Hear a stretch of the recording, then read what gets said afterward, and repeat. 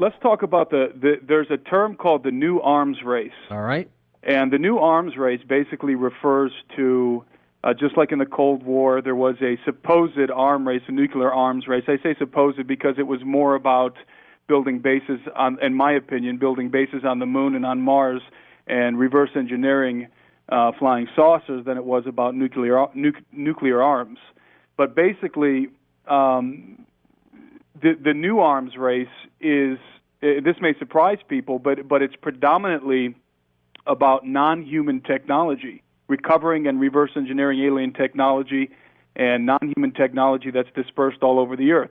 It's, in a sense, the new arms race is actually a very old arms race. Every major military power is scrambling to recover and decipher antediluvian technology, and that's been going on for years.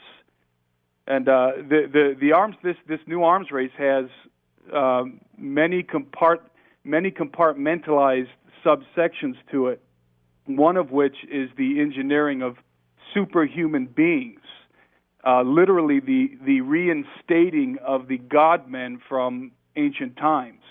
And again, this has been going on at least since World War II. Of course, it began with the Nazis. Are these cyborgs? I mean, we're going to have part machine, part human?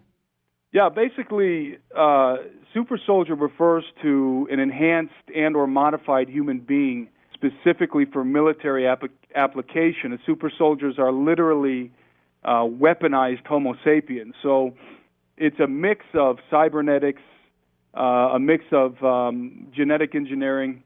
They're mixing in robotics. It's really a mishmash of a bunch of different technologies that are just beginning to come online right now. Nanotechnologies and all sorts of technological advancements that in reality, behind the scenes, a lot of this stuff was actually developed years ago, because something that a lot of people aren't aware of is that in the background, especially in underground bases, this technology is developed years in advance, and then it leaks down to the public, and it starts to pop up, and everybody thinks it's new technology. But in reality, we're way further down the road than we even have any idea at this point. What is fueling this, Tim? Is it competition for war? What's doing it? Well, I think that behind this, fundamentally, what we have is a Luciferian faction that has amassed the majority of the wealth and power on this planet. And of course, people refer to the New World Order, to the Illuminati, and that is very much the reality. And these people have an agenda. They have an occultic agenda. It's not just about temporal power to them. They have an eternal view. They believe that they are basically buying stock in a kingdom to come. And so everything that they're doing in accordance with their occultic worldview, which is very scary because their occultic worldview is Luciferianism. And they literally seek to enthrone what we might consider, who we might consider the Antichrist. But they have a very different perspective. And so that's really what's driving everything behind the scenes. There's all kinds of interaction too at this point, as you well know, with non-human factions. There's a lot of non-human elements that are involved behind the scenes with all of this. Who is fueling it? Who's pushing it? I would say that at the very top, I have a biblical worldview, so that's an easy question for me to answer. I can say that Lucifer is at the very top fueling this, and of course there's a hierarchy of entities underneath him. So if you go to the very top, then that would be an easy answer for me. Lucifer is at the top. This is a satanic this is a satanic agenda behind everything that's happening. Was it the old comedian Flip Wilson who used to say, "The devil made me do it"? Yeah. But in their Luciferians, though, they don't believe that Lucifer and the devil are the same. They believe that Lucifer is of course the Prometheus who brings enlightenment to mankind. So he's the one who arms us with knowledge, with technology. He gives us, basically, in the Luciferian worldview, he provides us with the things that God will not give us. They see God, who they refer to as Adonai, as a very selfish, self-worshipping, haughty entity, and Lucifer is freeing us from the bonds of Adonai. So You asked the question, who's fueling this? I don't think people could really. I think people would have a really hard time sleeping at night if they really could look behind the curtains and see that the impetus that's driving a lot of what's going on, even the stuff you guys were talking about in the last couple hours, the stuff going on with ISIS. Yeah. Could Lucifer be the Antichrist, Timothy? Well, ultimately, according to the Bible, Lucifer wants to be enthroned and worshipped openly. The Antichrist draws the worship of the human race to Lucifer. I should say he deflects the worship at some point that people are lauding him. He ultimately directs everybody to worship his father, Satan.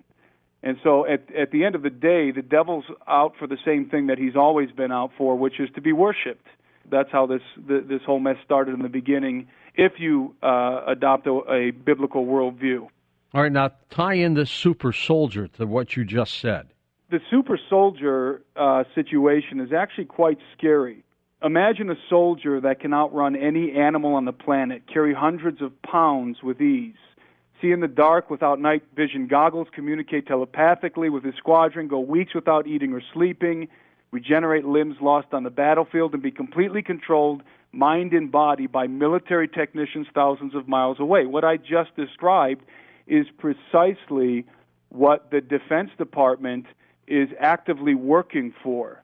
We're not talking about a Captain America personality. We're not talking about an Iron Man. We see these personalities in the movies that are very benevolent and that are basically working for the human race, when in reality, the kind of super soldiers that we're talking about, that ultimately the government will produce, it's an inevitability at this point, which is scary because we're talking about cybernetically enhanced, genetically modified, demonically infused, mind-controlled killing machines.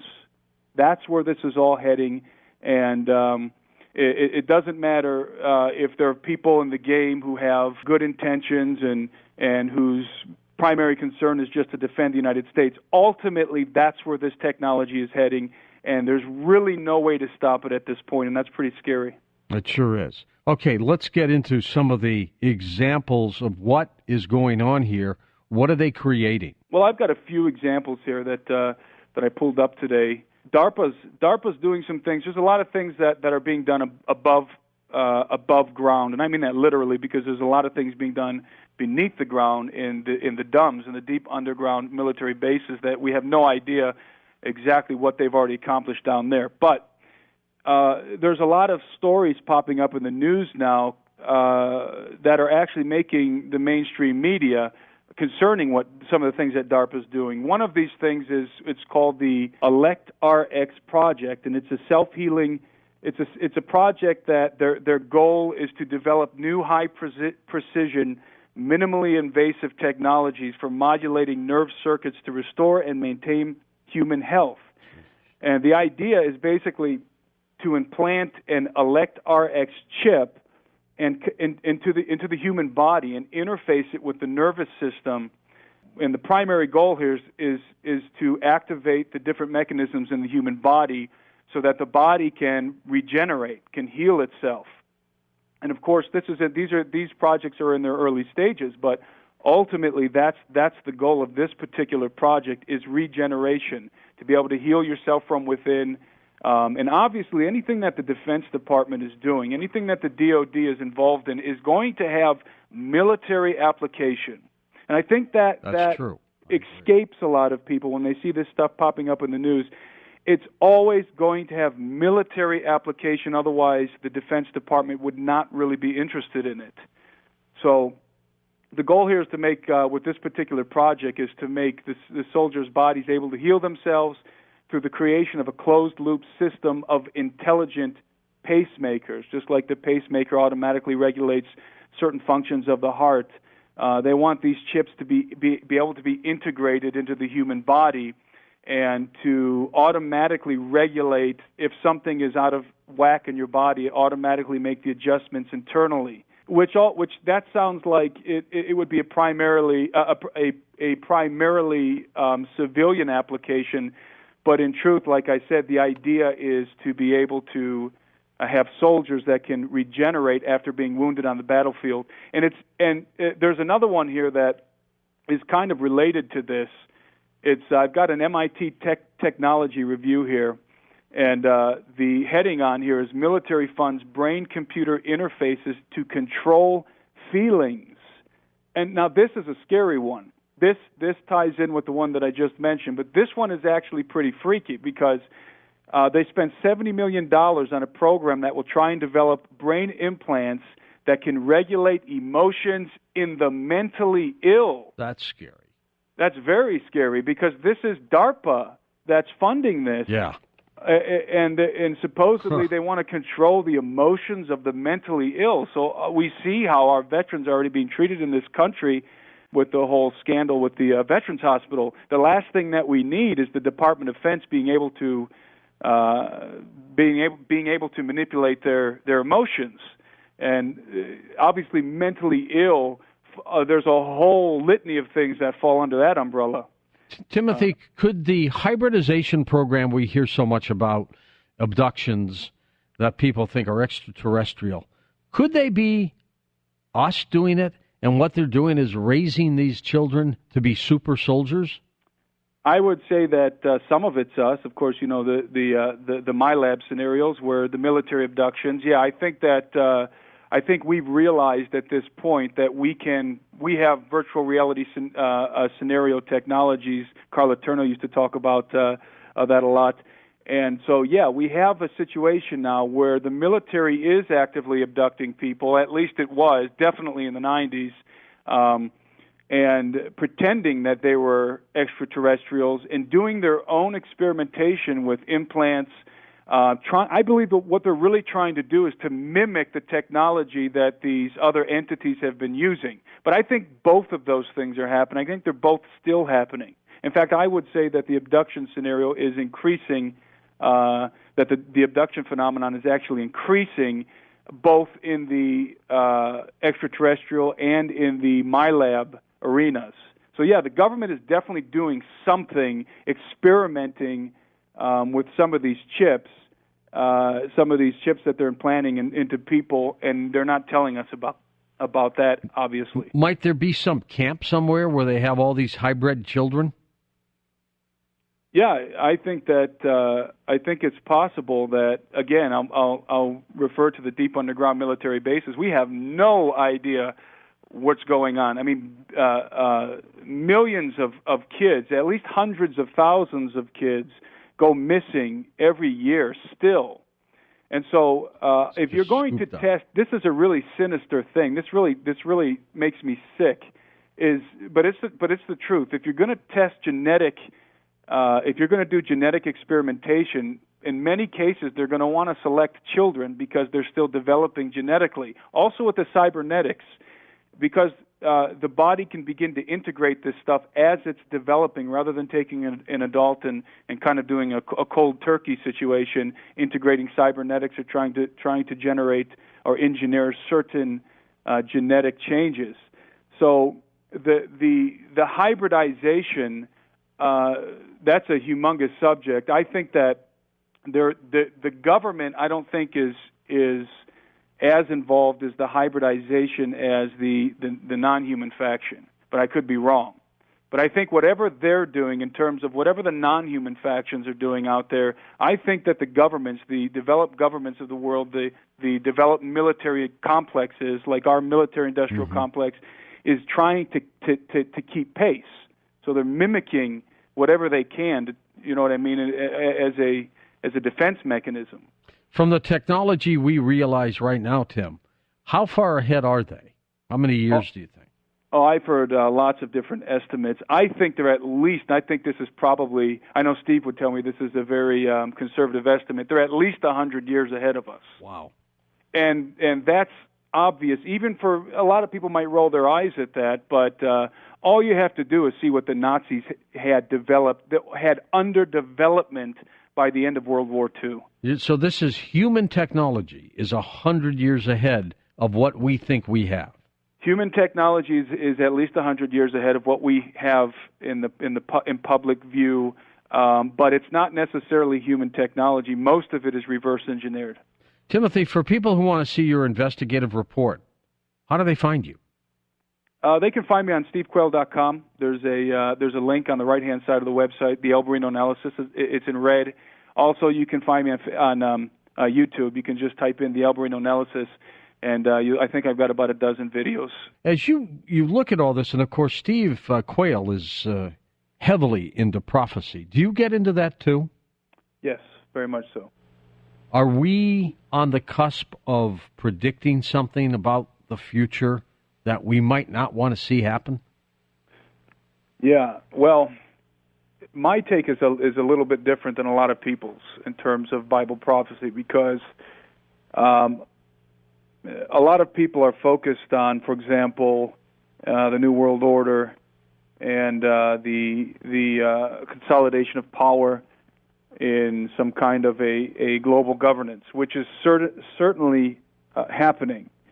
But there's something that I see coming that is one of the most dynamic situations that humanity has faced up until now, and it's called the genetic revolution, and is right around the corner. And I think that when you talk about Bible prophecy, I think that the key to understanding so much of Bible prophecy, especially in relationship to the last days, is genetics and the genetic revolution. And again, we haven't even begun. The genetic revolution has not even begun yet. We are just beginning to creep into it. And when it starts, everything is going to change.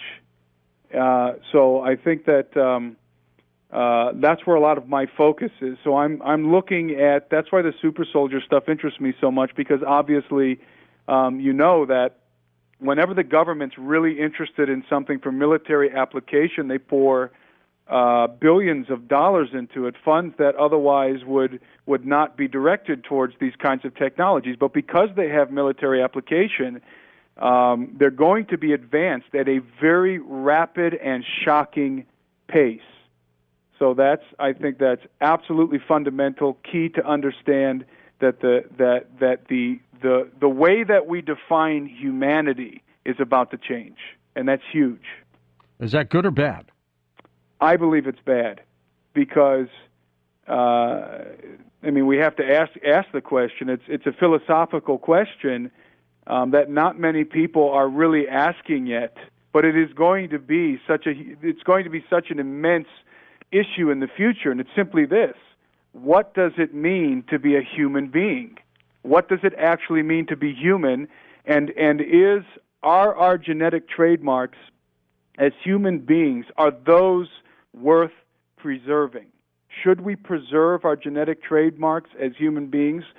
And this may not register for a lot of people. That question, what does it mean to be a human, really may not mean much to people right now.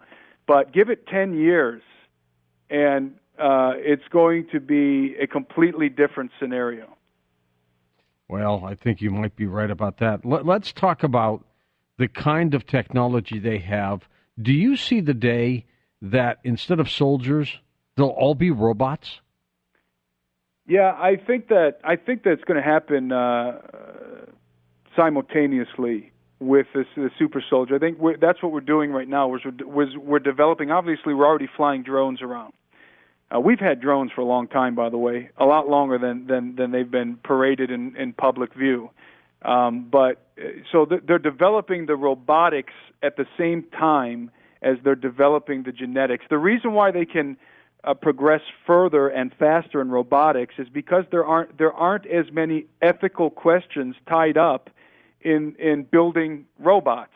If we want to build robots and station them at our different bases around the world, that's not going to be an ethical issue for people. That makes sense to people. We're already flying drones around. But if we want to genetically modify human beings, we want to splice the genes of non-human creatures with human beings and have super soldiers out there on the battlefield, that is a ethical situation. That's a moral question. And so they're able at this point in time to move the robotics thing along more at a more rapid pace than they are the genetics. But I think the two go hand in hand. When you look at where we're headed over the next 5-10 years technologically, how does that tie in to the super soldier and what's happening now? Well, this is all moving towards what people have called mankind 2.0. Sometimes you hear it referred to as humanity 2.0. We're actually coming into a scenario in the future, I would say maybe some 10, 15 years down the road, where if the United States military is going to compete on the battlefield, they're going to have super soldiers on the battlefield. Why? Everywhere. Because the Chinese are going to have them on the battlefield, and because the Russians are going to have them on the battlefield. So that's why I said it's an inevitability. How do you defeat them? How do you defeat a robot? Well, I don't blow it up or what? I have no idea what the countermeasures that they're. I'm sure that they have some kind of, especially when it relates to robotics, maybe some kind of mini EMP, that you could disable the purely robotic entities. Now think about that, George. That's interesting because I see super soldiers, genetically modified, cybernetically enhanced super soldiers, as actually being more valuable assets on a battlefield than a robot, than a drone.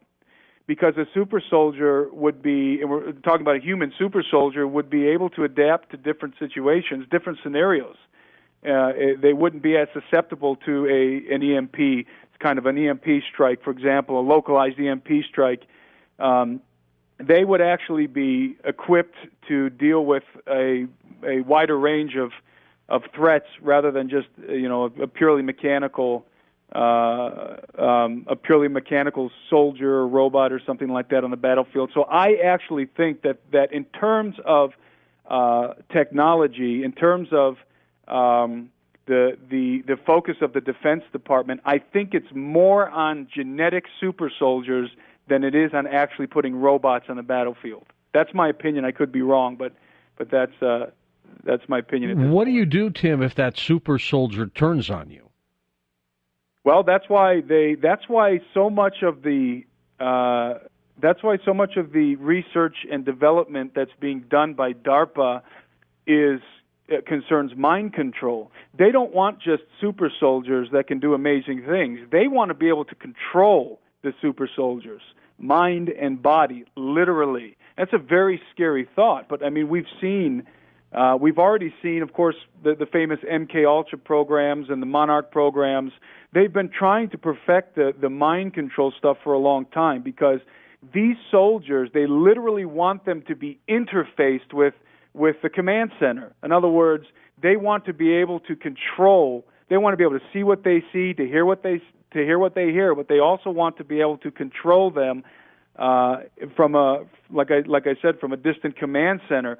And that is very frightening to me because if a human soldier is no longer in control of his own, let's just say his own consciousness, for example, it may not even be a question in the future of right and wrong. I mean, right now, soldiers have the option of they have to take orders, they have to follow through. But the problem for the Defense Department, unfortunately, and for all these different nations that are developing this technology, is that soldiers have a conscience. That's a problem. I say, unfortunately, that's a problem, and that's something that they're actually trying to bypass. Now, think about that. They want to bypass the human conscience, the human consciousness, one's own moral bearing, one's own moral compass. That is an impediment when you talk about super soldiers. And again, that's a very, very frightening concept. But the evidence is everywhere.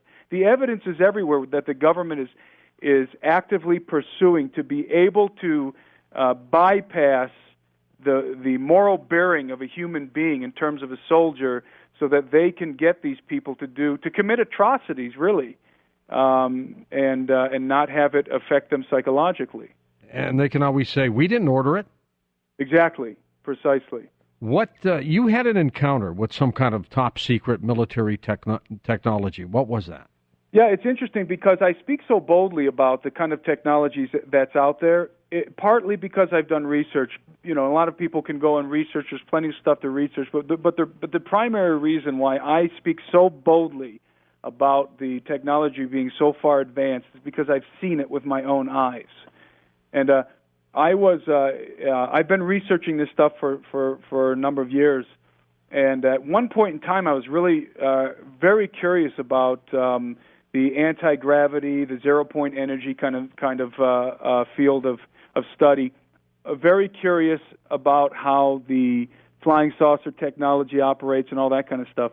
And so I was looking into a lot of different sources, and right in the midst of that period of time, which was really in 2013 is really when it culminated. I was with my brother-in-law, and we were driving down the road. It was in the evening, probably somewhere in between 6 o'clock and 8. I can't remember. I know it was dark, and it was the winter. It was. I think it was February of 2013. We were driving down the road, and we happened to be in the neighborhood in which I grew up, Brook Park, Ohio. So I was very familiar with this area, and we're pulling into a shopping complex to the parking lot. We're heading for the parking lot. We were going to go to a store and buy some things, and it was a very bizarre situation because as we were pulling up to the parking lot, we noticed that there was a craft literally hovering above one of the stores. It was like a strip mall. It was hovering above one of the stores, and it was dark outside. So it was very bright. It had it was a very large craft. At first, my brother-in-law and we thought that this was one of those troop transporter helicopters, the kinds with the double blades, because that's the size of that. That was about the size of what this was. And we thought, what are they doing? They must be doing some kind of a test run or something, or a drill. And instantly we rolled down our windows because obviously if you're going to have one of those huge helicopters, and it wasn't any more than 100 feet off the ground. I mean, it was not that high. Okay. And so obviously you would expect it to be making a lot of noise. So we rolled down the windows right away. We're looking at it thinking, what is a helicopter doing? We thought it was a military, one of those troop carriers. We're rolling the windows down, and we don't hear anything.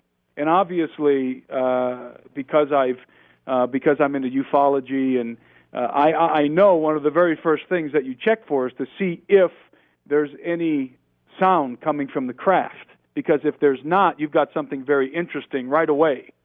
So there was nothing, no sound whatsoever. So there's this large vehicle hovering above the store, only about 100 feet in the air, and there's not a sound coming from it. So now we're really interested. We realized really quickly that this is not just some kind of a helicopter or conventional aircraft. So we pulled into the driveway. I don't even know how I got into that driveway because I was literally just fixated on this craft. We pulled into the driveway, into the parking lot of the shopping complex, and it was a cold, windy day. That's the other thing. It was very windy, and this craft was just hovering there. It wasn't moving at all, and it had very bright lights on it. And I just threw the car into park right in the middle of the parking lot, and both of us, our jaws just dropped because this craft literally. Now you have to remember, this was right in the midst of me studying all of this, and my brother-in-law as well. This thing literally begins to come down, come even lower, and come right over our car. And we weren't the only ones who saw it, by the way. There were other people who I noticed were in their cars gawking at it from behind their windshields. This vehicle begins to descend directly over us as if to make sure that we see it and we get a good look at it. It begins to descend right over us, and it couldn't have been more than 50 feet in the air above us. And we're looking directly through the windshield at this craft. And we realized very quickly that this was not any kind of a helicopter. It was I've never seen anything like it, so it's so hard for me to describe. But Did you see structure underneath it? Yes, it was something like, I don't know if you've seen the pictures of the Aurora craft. Yeah, sure. Back in the 80s. Yep. It was something like the Aurora craft, and it had wings. It had structure to it, but the wings weren't very broad, and it was descending over us. It was obviously not a helicopter. There was no visible propulsion system whatsoever. There was no sound. There were no propellers. Who do you think was flying it? It was military. That I was pretty sure of. This was military. You think they reverse engineered it? Absolutely. Stole it? What? Absolutely. I had a very distinct feeling that I was looking at classified, reverse engineered craft. I mean, if you don't hear if there's no visible propulsion system, there's no, it's not like those jets that can take off straight off from the ground. And if there's anything below them, they just blow them out of the way because of the propulsion coming out of the bottom of those things. There was nothing, no sound, no propulsion system, no propellers. It had triangular lights on it. It had blue and green lights and also triangular white lights on it. And the body armor on this thing was very interesting. It was very stealthy. That's really what gave it away to me as military. It wasn't the typical aluminum type, shiny, smooth that you see on a saucer, for example. This was stealth-looking military body armor, and so again, it was about maybe even less than 50 feet above us, literally descending right over us. Easy to see. Yeah, I mean, it was right there, and we were looking at it. I couldn't believe how long it was just sitting there, and it was sort of oscillating in the air, and so obviously it's not running on gasoline. I mean, it's not running on jet fuel. This is obviously some kind of anti-gravity technology, has to be. And we just watched this thing there for a little while, almost as if it was there to show us that it was there, and then it moved off down over the horizon. And interestingly enough, very slowly actually, just sort of hovered away, went towards the John Glenn NASA Center by the Hopkins International Airport. Again, I've never seen anything like that in my life. I grew up in Brook Park, Ohio. Never seen anything like that. And so that pretty much just absolutely sealed the deal for me on everything that I had been studying. That's a great sighting. Yeah. So the technology's there. And I mean, the implications of that is just vast. I mean, we're all driving around in gas-powered cars, and whoever's operating that kind of military hardware is light years ahead of us. It is going to happen one day where we find out exactly what's going on, don't you think? I do. I'm one of those people who does believe that there will be disclosure. I think it's inevitable. Probably from whistleblowers. Yeah, I think so. I think whistleblowers, but at some point in time, George, this stuff is going to show up on the battlefields. Think about it. I know that China and Russia are at the same time rushing to develop this technology. So at some point in time, if they pull this stuff out on the battlefield, we're going to have to follow suit. Are other countries progressing at the same kind of rate we are, developing this high technology, these super soldiers? Yeah, I think at least a handful of them are. I think that the United Kingdom is. I think that Russia is, and I think that China is. Probably Israel as well. And of course, it varies. You get into a very convoluted situation where you have to talk about which non-human factions each of these countries are working with. So it gets very tricky to try and figure out who's doing what. I mean, one of the most interesting questions to me is what about off-world installations such as on the moon or on Mars? I mean, how does that work? Because that's not really territory belonging to any specific nation. So there could be veritable wars that are taking place off-world. Let's say on the moon, for example, where most of this technology is being deployed. We may not see it it's not very likely that we're going to see our saucer technology deployed to stop ISIS, but we certainly have it, and we're certainly fighting somebody. There's no doubt about it. We're fighting somebody. I don't know if at this point, behind the scenes, all of these developed nations that have this reverse engineered technology are fighting together against one singular enemy, or if they're fighting with each other, backed by different groups.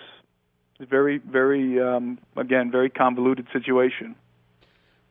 Let's talk a little bit about your work at the Amazon before we go to calls, Timothy. What did you do there?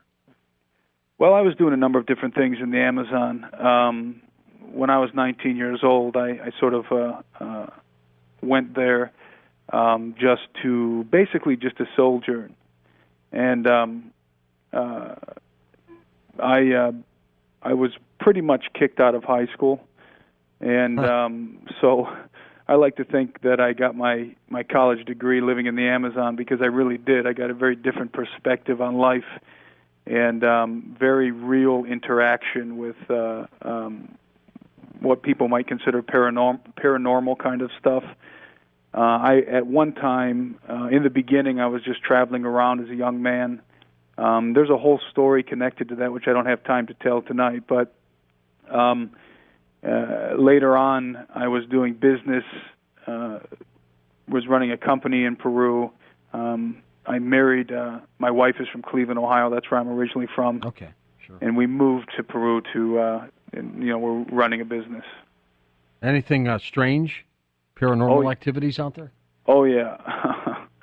If people who are skeptical about the paranormal just need to move to a third world country, and that will cure them of their skepticism. Well, how come? Why? I don't, George, I don't understand exactly the dynamics that are involved, but when you get, for example, when you get out into some of the communities in the Amazon, the paranormal is the normal. I mean, and people can write off the different stories, the different tales that the indigenous people tell, for example, about the different entities that are in the jungle, the different entities that live in the water, the different spirits and the paranormal activity. But if you live there long enough, you find out really quick that a lot of the stories are true, absolutely true. And I was mentioning before that I've had a lot of interaction with shamans. And again, when I say interaction, what I really mean is confrontation, because we were also running a prayer ministry in Peru. People might consider what we were doing in the lines of missionary work, some of what we were doing. And I had a lot of confrontation with shamans, and I can tell you that it's very real what goes on. The people who are serious about the occult, they don't play at the occult. It's for real. It's a life and death situation. But even besides that, even besides the shamans and the occult stuff, just the bizarre activity that happens in some of these places. I was in a particular place in Peru, not far from Chachapoyas, and it was a cloud forest. And in Peru, and in different parts of the Andes, they have these very bizarre forests called cloud forests. Very unique because they're literally in clouds for most of the time. So they're very moist. Probably one of the strangest places I've ever been. And I was staying with me and a friend of mine were staying in the priestly quarters of a Catholic church, and the priest invited us to dinner one evening, and it was him and some nuns, and they began to tell us all kinds of stories concerning paranormal activity in the area. And this is a priest and the nuns, and one of the strangest things that happened routinely in this community was that they would find a one of their cows up in the top of a tree. And this is something that was amazing. No footprints, nothing, no tracks. Nothing, just alive, up, sometimes dead, but most of the time alive. Trying to figure out how'd I get up here and how am I getting down. Exactly. And of course the people, they say that there's these entities that basically mess with them and will take their cattle and so they'll literally be up there suspended on some of the bigger branches. And this was the priest, and the nuns were telling me this. And so my friend and I, we had a chance to go hike into the cloud forest. We actually were going to see some Indian ruins, a graveyard out there. And the priest told us about this place, that there's a lot of activity there, and there's very strange things that happen there. People go missing there all the time. He told us, especially a lot of foreigners come because there's supposedly gold up there or something like that. I tell you, it was one of the most bizarre things I've ever experienced, just getting up there and then being up there. You talk about paranormal activity. I mean, it was very active up in the cloud forest. Both myself and my friend individually experienced some very real scary things while we were out in those forests. All right, let's go to some of the phones here. Let us start by going to Joe in Claremont, Florida, east of the Rockies. Joseph, go ahead. Hi, and great to be talking with you. First-time caller, long-time listener, George. Great. And I have something very in common with your guest, Timothy. I grew up in North Olmsted, Ohio, right on the other side of the valley from NASA and Cleveland Hopkins Airport. And I was probably a long-time member of the Cleveland Ufology Project. And I know Marianne Hawk, and I talk to her regularly, and I met Stanton Friedman I talk to occasionally. And I'd just like to say there's the strangest things that have happened. I've had sightings, and the strangest of things that have happened in the Cleveland area, especially around NASA. And my growing up and the things I'm going to put into my book when I get to write it here. Anyways, I was wondering, are you a member of the Cleveland Ufology Project, Timothy? No, I'm not. I wasn't even aware of it. What? Tell us about that. Oh, wow. Yeah, it's called CUP, or Cleveland Ufology Project, and you could look it up online. There's directions. They have monthly meetings at Tri-C, Cuyahoga Community College. And they go over all the local sightings. And there used to be a guy that was, he passed away, Earl Neff, a great radio person, talking about the subject matter for years in Cleveland. And the things he told me I probably couldn't repeat on air. So, but I'd like to say that, and I guess I'll get off. And great thing talking with you. You're a great guest. So are most of George's guests. And great talking with you, George. Okay, Joe. Thank you. Good to have you part of the program. Timothy, when you put together your analysis report, which is on Steve's website, tell me the basis of that investigative report. Well, we basically try and cover a lot of the material that's in Steve's books. So anything that has to do with giants, anything that has to do with even UFOs, aliens, Nazi stuff.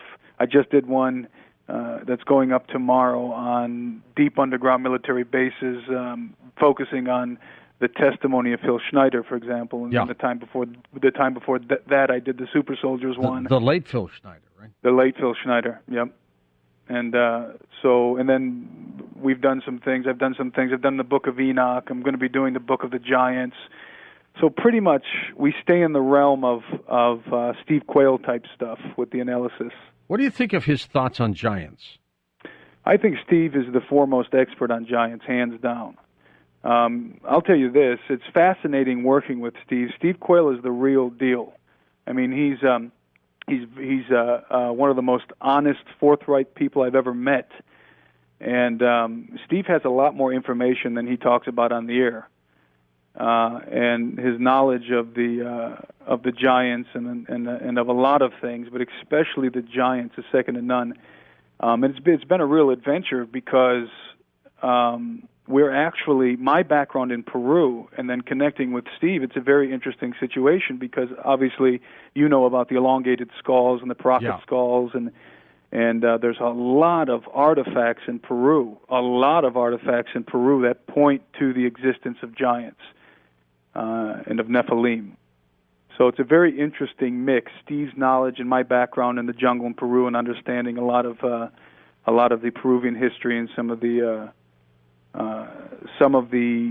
paranormal type stuff going on down there. Okay, let's go next to Pam in Nashville, Tennessee. Hey, Pamela, go ahead. Hi. I was wondering if you could give me some examples of what happened to you in the cloud forest. That was kind of intriguing. I can tell you that I was basically, I'm trying to think how to explain this. It's very difficult. Basically, I was confronted by an entity that spoke to me audibly, and that was the first time that's ever happened to me in my life. That's not something that happens on a regular basis, but it was a very tangible, audible encounter. My friend, I don't know what happened to him, but something happened to him, and he wouldn't talk about it. And he made it to the ruins. I didn't. So it would be difficult to go into any more detail than I have to be ambiguous about that because it's a very drawn-out story to give all the details. End-time prophecy, Timothy. Do you think we're in it now? I think we've definitely. The time is definitely winding down. Yes, I don't know how far into it we are. Again, I referenced before the coming genetic revolution. I think that it's crucial. That's a pivotal issue in the midst of all of it, and we haven't yet entered into the genetic revolution. So I think we've got some years to go yet before this whole thing winds down. Let's go to Keith in Rochester, New York now. Keith, go ahead. Happened to the promise of superconductivity, which at the very least is going to be needed to build these robots. Even a country like Japan that should have been pushing forward on superconductivity has let it slide by. A lot of this is just not being pushed forward. And over the years, I've kept in touch with a Chinese-American researcher in Texas, and he's keenly disappointed that all the promise from the Reagan years, the 80s, of superconductivity, we could have had a much better excellence in our materials building if superconductivity had been fully embraced. And I'm just wondering, you seem to know about the robotics and everything. We're going to need superconductivity. Whatever happened to that? Like many things, it went underground.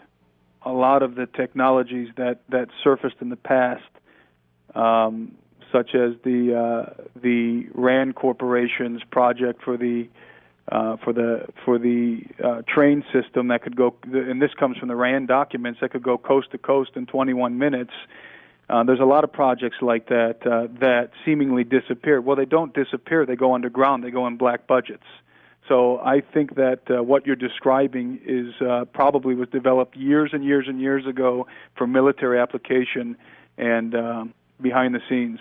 Superconductivity, by the way, to those who don't know what that is, it's zero electrical resistance and the expulsion of magnetic fields that occur when certain materials are cooled below a certain critical temperature. And what does that do, though, Timothy, to things? Excuse me? What does that do? With the superconductivity? Yeah. You know, I really don't know, George. I have no idea. I think that Deep science. There's something that's very difficult for us. It's that they're dealing with, the people who are working in the black projects are dealing with different mathematics than we do. I mean, they've got a whole separate set of physics, and so even to try and wrap our heads around some of the stuff that they're doing, it's literally impossible because we don't have the equations. Let's go to Jackie in Tumwater, Washington now, west of the Rockies. Jackie, go ahead. Hi. Hi, Timothy. Hi, George. Hi. I wanted to talk about what you were saying about genetics and the super soldiers, because I thought I'd read something. Well, actually, I did read. I'm not sure what magazine. I thought it was like Popular Science a couple of years ago. And they were talking about a super soldier they were building. And it was, as far as the genetics of, say, like the Steve Austin type $6 billion man who was a super athlete type genetics, and mixing it with robotics. But the thing that I found really amazing is that they said that they had taken the gene of a silverback gorilla and introduced it into this man who also is, beefed up with robotics and whatnot. And I wondered if you'd heard about that. I know it sounds wild, but that's what I read. No, I have not. What about you, Tim? No, I have heard about them doing experimentation crossing chimps and humans, but never a silverback gorilla. But it wouldn't surprise me. The island of Dr. Moreau. They're simply mixing too many things. They're making humans and animals together. I think that's dangerous. Isn't Mother Nature going to put its foot down? Well, yeah, I think ultimately the author of life himself, God, is going to put his foot down. I don't think that God appreciates us tampering with the original design. I mean, everything that we make, including foods. Exactly. I mean, look what we've done with foods. We think we're making it better, and ultimately it just causes more cancer and heartache and death. Favorite subject: occult, biblical prophecy, genetics, ufology. What is it? I think it's just a mix of all those. I think they're all very closely related. So they all have to do with each other. You can't really understand one without the other. Tim, you've got your own theory about non-human entities, including aliens. Tell me about that. Well, that's a very loaded subject.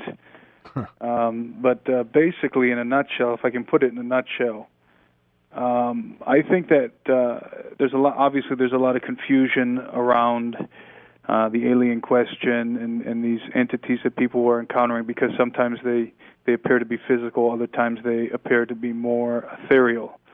And so I have a postulation concerning that, and it basically follows the biblical narrative that you have beings that are what I call ethereal beings, such as angels, archangels, and archons and fallen angels, beings that are superior, far superior to us, that basically can move freely between all the different dimensions, and they're not tied down to a carnal level like we are, to a carnal body. And then all the way on the other side of that spectrum, you have entities that are carnal like us, that I believe are indigenous creatures, the indigenous sentients living on the earth. I think they're from a pre-Adamic time. And then you have everything in between. You have what I call quasi-ethereals, entities that are in between those, and those what I refer to as quasi-ethereals, are entities that have come as a result of the whole Genesis 6 scenario, the whole idea of the gods mingling with men and creating, and with beasts and creating hybrids. And so, in a nutshell, basically, the reason why, in my opinion, some of these entities seem to be more supernatural, more multidimensional, and then other ones, for example, like the one that the late Phil Schneider shot and killed a couple of them under the ground, are very corporeal, very material and physical. And there's a lot of confusion in that sometimes you're dealing with very physical entities, and other times Sure. you're dealing with very ethereal. Again, it's a very loaded question, and it would it would take a very long time even to really explain it to myself.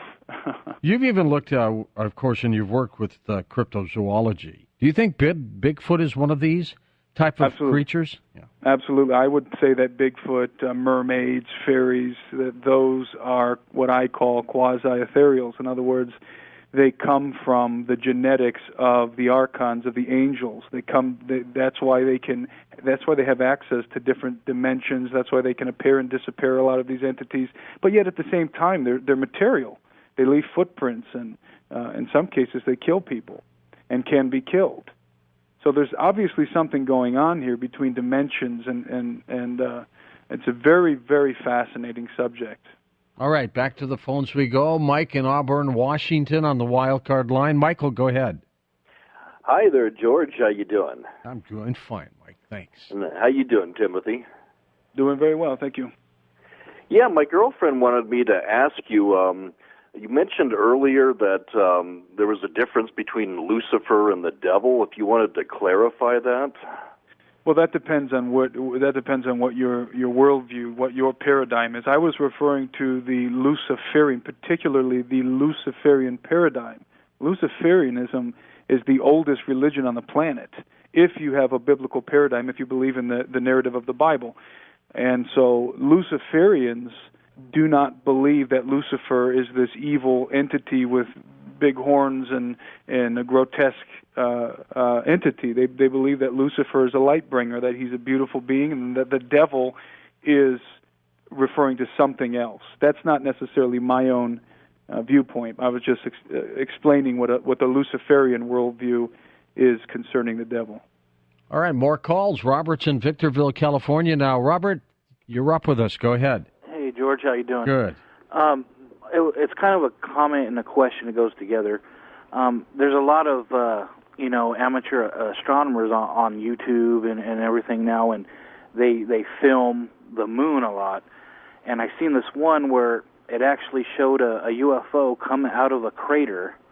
It was the shadow side of the crater and leave the moon. And my question was, the public is getting all this, their own technology, and they're starting to see things on their own. And I was just wondering if you think that the government is going to have to come out and disclose some of this stuff because they're not going to be able to hide it as well as they used to in the past. And I'll take your thoughts. All right. Well, we talked a little bit earlier, Timothy, about disclosure, but specifically, who do you think is going to disclose, government or whistleblowers? Well, the caller makes a good point. We have technology now that's available in stores that we can actually keep an eye on the moon ourselves. We don't have to rely on NASA. So eventually, whether the government or whistleblowers do it, I think slowly it's just going to sort of seep into the general consciousness of the people. There's going to be too many videos coming out, too much proof, too many eyewitness accounts. So I don't know if the government's going to try and get out in front of this thing or not. I don't know. I personally believe that, just like the caller is alluding to, I think it is inevitable because of the technology that we all have access to. You think we'll get better perfected robots for space travel, and we'll do away with even sending humans? Yeah, I think we're already doing that. I think the little space probes that NASA shows us are basically just toys. It's a dog and pony show. I think we've got some very advanced robotics moving around on Mars already and on the moon. Much more than they have told us? Oh, absolutely. Absolutely. NASA's notorious for not being 100% truthful, let's just put it that way. Matthew in Alabama, welcome to the show. Matthew, go ahead. Yeah, I wanted to share an experience with you and your guest, if y'all didn't mind. Mm-hmm. Okay, yes, sir. This is a true story. It happened in 2008. I was going to see my girlfriend, right? And I leave my house and start going down the road. I get to a Carolina community, it's a local small community around here, and there's a cotton field out to the right. So I look out to the cotton field and I see a bright white light in the sky, and I think it's a helicopter. I'm used to seeing helicopters with the spotlights and stuff. Yeah. But as I get a little bit closer, I notice that it's a triangle, and this was in the daytime, George. It was probably about an hour before dark, and got a good look at it, man. It was a silver triangle with three white lights on the bottom and a red light in the center. And I was looking at it, and I was like, how is that thing flying so slow? Because it was flying very slow. And I was like, that should be falling out of the sky. And came over my car, and just went off and up above the treetop level, and I lost it on down the road. It went behind the trees. Probably out of this world, no doubt. Timothy, of all the kinds of reports we get, how many are man-made as opposed to ET related? At this point, I don't know. Obviously, 20 years ago, it was probably more alien related. At this point, who knows? I mean, I think we've got fleets of saucers, not just us. So I think a lot of what we see is ours. Not everything, obviously, but a good deal of it. I don't think we can cloak our technology as well as they can. Last week I had Stan Deo on, you know Stan, and we were talking about the Garden of Eden. What are your thoughts on that? Well, I think that it's really the root of everything that's happening, as I alluded to before. Really, what the Garden of Eden was all about, what Lucifer offered to Eve, was what's known as what's called apotheosis. And apotheosis means to ascend, to become a god. And that's really tying that into all of the super soldier and all of the super soldier technology and the humanity 2.0 and mankind 2.0. That's where this is all going. At the heart of it all is really, you asked me what was really behind it. Well, one of the things that's really behind all of this, one of the primary fires in the background that's burning in the hearts of these people who are doing a lot of what's going on the earth, is immortality.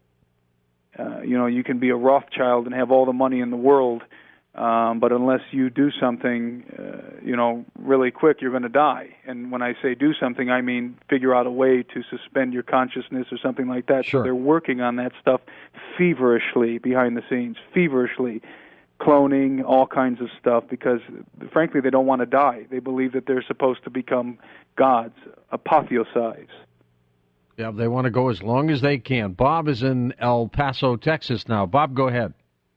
Yeah, I was wondering, first off, the superconductivity that the guy was asking about, that's been overridden since the 90s by anti-gravity technology. The military don't even mess with superconductivity no more.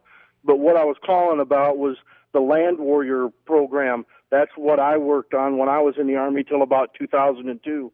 And I was wondering if he knew anything about that. By the time I got done, we had the glasses and the helmets that had HUD displays in them that we could tie into the drones, and we could get real-time pictures from above. And we had ordnance that you could lock onto with a 50. We had Barrett 50s, and you could literally lock in with that computer with the ordnance that we had that went into the 50 and hit 10, 12 targets at a time, even through concrete walls. Wow, that's amazing. I hadn't heard of that.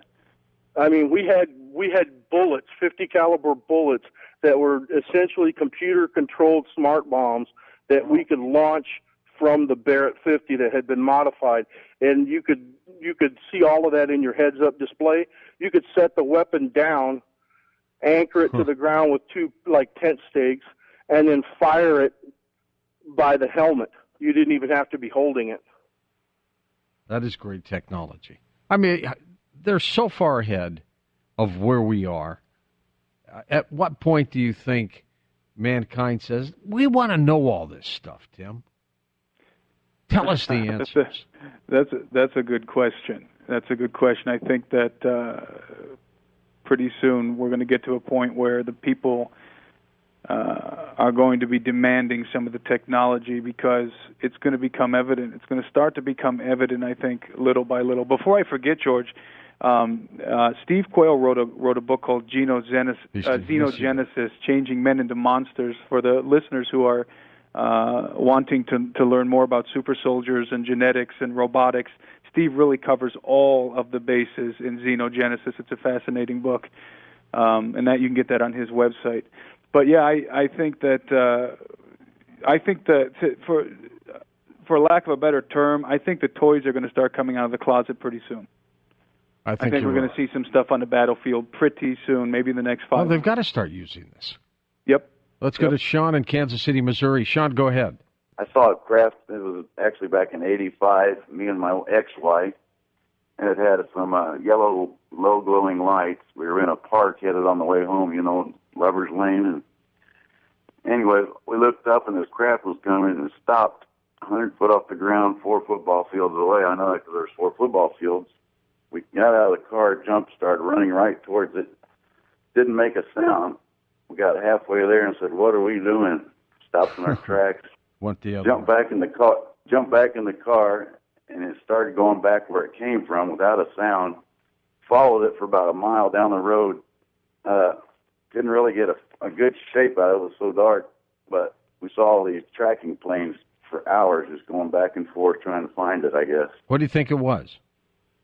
Well, I know it wasn't human, but I saw another craft. There was 3 cylinder orbs. They were translucent. And this was about 2 years ago in Kansas City, about 2 miles from that same sighting. They actually stopped. I could actually sit there and just stand there and watch them. I couldn't believe what I was seeing. It was like something you see in a movie. Let's check in with Tim on this. Tim, what do you think they want? If they're extraterrestrial in origin, what do they want? Well, I think that they are in direct collusion. First of all, I don't believe. This is my opinion. I don't believe that there are any benevolent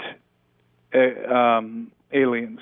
I don't believe that there are. I think that they're not out for our good. That's for sure. No, I do not think so. And I think that ultimately they're following the command of the devil, for a lack of a better way to explain it. I mean, that's ultimate. I think it is demonically driven. The whole thing is demonically driven, and I think that's borne out in the abductions and in a lot of the different scenarios and stories that have come out over the years.